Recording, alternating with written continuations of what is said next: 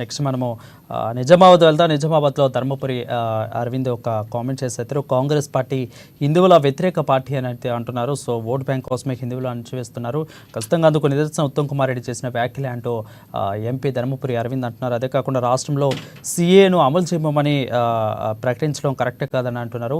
KTR Revanth Reddy Congress party కూడా ఖచ్చితంగా కేసీఆర్ తరహాలోనే నడుస్తుందంటూ కూడా హాట్ కామెంట్ చేశారు ధర్మపురి అరవింద్. దీని మీద పుట్టి అప్డేట్స్ మా ప్రతినిధి నవీన్ అందిస్తారు. నవీన్ చెప్పండి.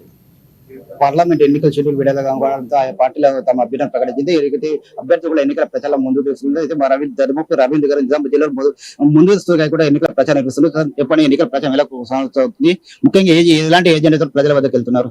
బీజేపీ పార్టీ రామ మందిరం బయటకు ముందుకు వెళ్తుంది. కానీ చాలా ఏళ్ల క్రితమే శ్రీరామ్ సార్ ప్రాజెక్టు కూడా రాముడు పేరు పెట్టాము, తాము ఎన్నికలకు రాముడు పేరుతో ముందుకు వెళ్తామని చెప్పి కాంగ్రెస్ పార్టీ చెప్తుంది. చూడండి, కాంగ్రెస్ పార్టీ రామ మందిరానికి వ్యతిరేకంగా పనిచేసిన విషయం ప్రతి చిన్న పిల్లగాడికి తెలుసు. కాంగ్రెస్ పార్టీ ఓటు బ్యాంక్ రాజకీయాల కోసం గత 75 సంవత్సరాల్లో హిందువులకు మోసం చేసిన విషయం ప్రతి చిన్న పిల్లగాడికి తెలుసు దేశంలో. ఇవాళ ఉత్తమ్ కుమార్ రెడ్డి కూడా సిఏఏని మన రాష్ట్రంలో ఇంప్లిమెంట్ చేయము అంటాడు. అంటే ఏం చేస్తాడు? ఈ వేరే దేశం అనుకుంటుండా ఉత్తమ్ కుమార్ రెడ్డి? కేసీఆర్ ఒక జమానాలో వేరే దేశం అనుకున్నాడు, ఉత్తమ్ కుమార్ రెడ్డి కూడా వేరే దేశం అనుకుంటుండా? ఉత్తమ్ కుమార్ రెడ్డి మొన్నటిదాకా పార్లమెంట్ ఉన్నాడు.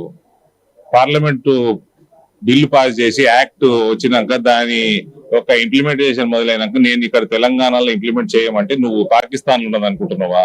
సేమ్ కేసీఆర్ దారిలోనే పోతున్నారు వీళ్ళు కూడా. పసుపోడు విషయంలో కూడా పసుపోడు ప్రకటించారు కానీ తప్ప ఎక్కడ ఏర్పాటు చేయలేరు. నిజామాబాద్ ఏర్పడిస్తే వేరే దగ్గర అని చెప్పి కూడా అంటున్నారు. నేషనల్ టర్మరిక్ బోర్డ్ అన్నది ప్రకటించలేదు, ప్రకటించేసిండ్రు. రాజపత్రం బయటకు వచ్చింది, ప్రెసిడెన్షియల్ గెజెట్ బయటకు వచ్చింది. కార్యాలయాలు ఎక్కడెక్కడ అధికంగా పసుపు పండుతుందో అన్ని చోట్ల కార్యాలయాలు ఉంటాయి.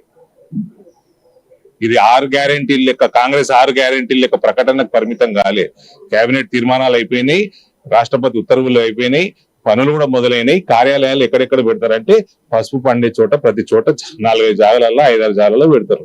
కమిటీ చైర్మన్ కూడా ఎన్నికలని చెప్పి నిన్న జీవన్ రెడ్డి కూడా అంటున్నారు. కమిటీ ఏర్పాటు చేయాలి, ఇక్కడ చైర్మన్ కూడా ఇంతవరకు ఎన్నికల ప్రాసెస్ కూడా కొనసాగలేదని చెప్పి నిన్న జీవన్ రెడ్డి ప్రెస్ మీట్ లో అంటున్నారు. Agriculture secretary, horticulture secretary, commerce secretary వీళ్ళందరూ ఉంటారు. జీవన్ రెడ్డి గారు 50 సంవత్సరాలు మీరు ఏం చేసిండ్రు ఒక్క పని చెప్పండి. నేను 3 సంవత్సరాలు ఎంపీని, 2 సంవత్సరాలు కోవిడ్.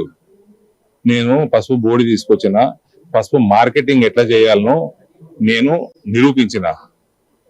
ఆల్ టైమ్ రికార్డులో పసుపు రేట్లు ఉన్నాయి. మీరు 50 సంవత్సరాల సుదీర్ఘ రాజకీయ జీవితంలో గౌరవప్రదంగా అడుగుతున్నాము, ఏదన్నా పెద్ద లాభం జరిగేటట్టు ప్రజలకు చేసేది ఏమని చెప్పండి. ఓకే, ప్రధానంగా ఇప్పుడు తన 5 సంవత్సరాల పాలన లేక అభివృద్ధి చేశానని చెప్పి ముఖ్యంగా పసుపు విషయంలో కూడా నిజాంలో తీసుకొస్తామని చెప్పి చెప్తున్నారు. ఇప్పుడు ఎన్నికల ప్రచారం కూడా